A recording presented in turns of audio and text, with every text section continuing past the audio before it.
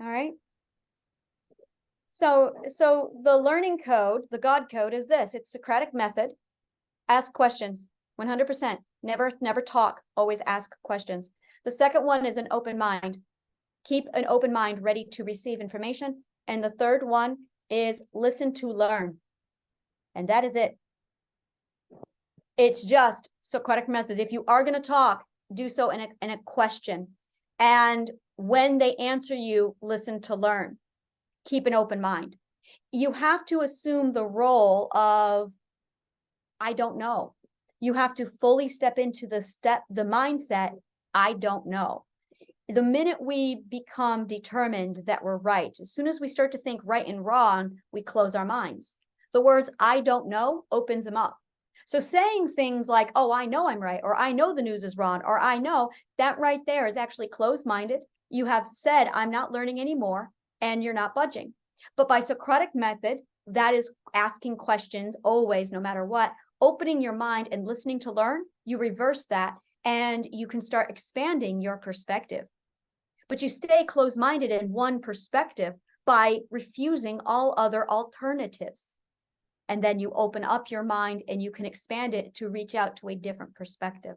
And that's how you shift perspectives, is through the learning. All right. Awesome. So what we're talking about right here was it's how to grow through the perspectives, like the 12. Oh, absolutely. And then there's 12 levels yes. within each. Is that right? Yes, that is correct. There are 12 total. And basically each one of them is who has your authority, where's your authority, where is your autonomy, and what do you value, and what is your priority? It is the acceptance of something's value and the determination to reprioritize that allows you to shift perspectives. But in order to do that, you have to go through Socratic method, having an open mind and listening to learn. When you do those three and you seek out, you ask the questions, focus on the questions, where is my authority? Who has my authority? What is my autonomy? What value do I need to accept? And what priority needs to shift? A great example of this is in the fifth perspective. You have learned how to become accountable. You have learned how to self-govern, and you value accountability. So you take your accountability to the extreme. You expand it out. You make sure that you go over and beyond. This is actually the sixth perspective. It's when you are in the fifth perspective that you learn accountability, and that graduates you to the sixth perspective. So you decide that you're going to value accountability. So you go the other extreme and you prioritize the opinions and the views of others. And as a result, you put the opinions and views of others on a pedestal where you prioritize everybody else's role, because you are holding yourself accountable for your actions. And the first order of business is making sure everybody goes first. This is very common. It's very self-sacrificial, self-martyrdom. It's very common for the sixth perspective, because the sixth perspective has to learn how to also prioritize themselves with self-forgiveness. That's the ethic needing to be learned at the sixth perspective. But to do this, you need to go through Socratic method, open mind, listening to learn. And while you're doing this, it's also a debate of who has your authority and who has your autonomy. In the first three perspectives, there is a lack of accountability. It is emotional management, resourcefulness, and the third ethic is learning to trust people and valuing your community. And if you can't get through those three perspectives, you're not going to have a solid definition of the self, which is a lot of the problem with today, is people have not learned these three ethics. And as a result, they don't value the self. They don't function properly with the self. And that's where a lot of the mental illnesses come from, is our own ability to manage ourselves using these ethics. How can we change how we feel about ourselves, or how we think or see ourselves, so that we can have friends and we can feel amazing about ourselves, like feel the way that we are meant to be? Having friends and community is actually the last stage of triadic healing. That doesn't come after, until you solidify yourself. As far as how to change yourself or how to prioritize yourself, so there's a lot of self-doubt, but deeper than that is self-compassion, self-love, self-acceptance, and self-forgiveness, self-gentleness, self-kindness. These are it. When we are abusive and unforgiving to ourselves, when we hate on ourselves, it actually triggers our fear system to respond negatively by trying to keep us safe from ourselves. So we turn on ourselves and we become self-destructive, and that re-encourages and reaffirms with the fear system that it needs to protect yourself from the self to keep the self safe. Logic loop. So the first thing you can do is stop beating yourself up. Start being mindful of self-gentleness, self-compassion, self-kindness, self-acceptance.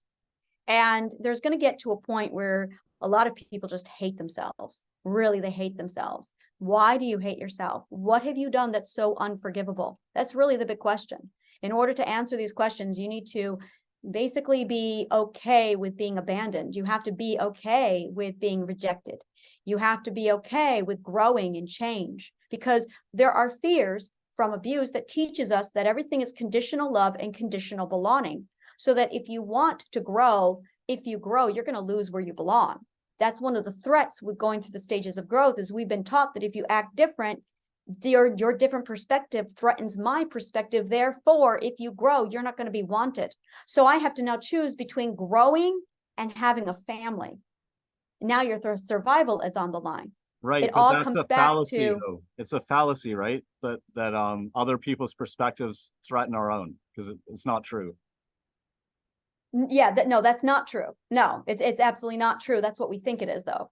Mhm. And because of that fallacy, we're all fighting, arguing over whose perspective is best. It's as if to say, oh, well, your perspective threatens my perspective for existing. And the only time that that's the case is if you are doing something you're not supposed to be doing to that person. Accountability again, which is why after the fifth perspective, abuse stops. There is no violence after the fifth perspective. It goes away completely because you ethically hold yourself accountable. Now, you abuse yourself, you turn inward of yourself, so you now have to work through self-forgiveness. But once you get to the seventh perspective, you learn to value and appreciate the balance of the self and others, so you completely stop being abusive. So once the majority of our culture moves from the fourth perspective and we finally get closer to that seventh perspective, we're going to see abuse literally come to an end. Sorry, world peace is coming whether we want it or not. It's an evolution.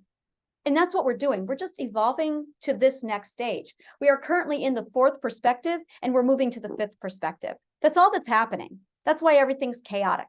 More people are getting smarter, more people are valuing growth. And as a result, the frequency of the earth is changing. And because that's happening, it's opening up the doors for more energy, more positive energy, more healing. The healing is the extreme black and white response to people who are being held accountable after they've caused a lot of pain to others. And we saw that shift happen. A lot of people woke up in 2019 and went, oh, I used to be a horrible person. I'm going to make a difference now, and I'm going to heal people. I'm going to help now. So people are naturally, just through the evolution of the 12 stages of growth, Mother Nature is so amazing here, where we are naturally just gravitating towards this different perspective, the sixth, seventh, eighth perspective. So once we get there, when the majority of the population is there, we're going to naturally see violence end. We're naturally going to see solutions come back. We're going to see people prioritize growth in the planet. And because we're smarter, because we're growing, because we're thinking more, we're also going to see this massive change in prioritizing the planet. And we're going to have the intelligence and the knowledge then to fix and resolve the global warming and all the other problems in the planet. But we've got to learn how to learn. Socratic method, open mind, listen to learn. We can make it go faster if you dive into the triadic healing. Absolutely. And we also we will also prioritize proper learning and education. The way that the way we get enlightened through what you're sharing. Correct. Yeah.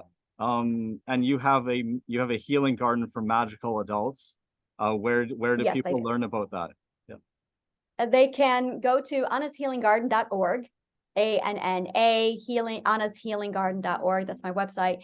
And any of my Facebook page, I'm on Facebook. I also have the podcast, Shifting Perspectives and Authenticity City. Any of this information will link you over to me. And then I have a directory with my Linktree account. It's all over the place on any of my Facebook page, my YouTube, and also my website. So you can literally Google Anna Imagination. I'm all over. Awesome. thanks a lot for all your time today. We had an amazing interview earlier. That's why this little short one is, this is to let people know about the full interview. And also, do you have a gift that you want to offer to people that have watched this video here as well? Yes, for this one, I would say the free consultation for 1 hour. If you are wanting to receive a free 1 hour consultation, you'll be able to click on the Linktree account linked to On Imagination, and that will take you to my contact page. You can just click change now, and I will be in touch with you to schedule a consultation with you, and we'll be able to discuss your situation and how Triadic Healing can help you. Awesome. Thank you very much. Why do you do this work? Just to close it out, remind me why you do this work. And so your vision for the world, for humanity. When I finished my healing, I asked the ultimate question, what was it for? And the answer that I logically came back with was nothing. I went through the 40 years of abuse that I went through for absolutely nothing. I realized that if I was going to give it any meaning, I had to be the one to give it meaning. I had to be accountable for the meaning. So I created the garden to put all of my pain, to transmute my pain so that it would be worth something. So for every space that the healing garden takes up, it is a reflection of how much I hurt to heal and make it worth something. And yes, I am absolutely focused on world peace and using Triadic Healing to start the education and get people on the right track where they need to go to develop and push the world closer to world peace through education. All right, awesome. Thank you so much. I'm really grateful for everything you shared with me today and your time. Thank you. Thank you. Thank you.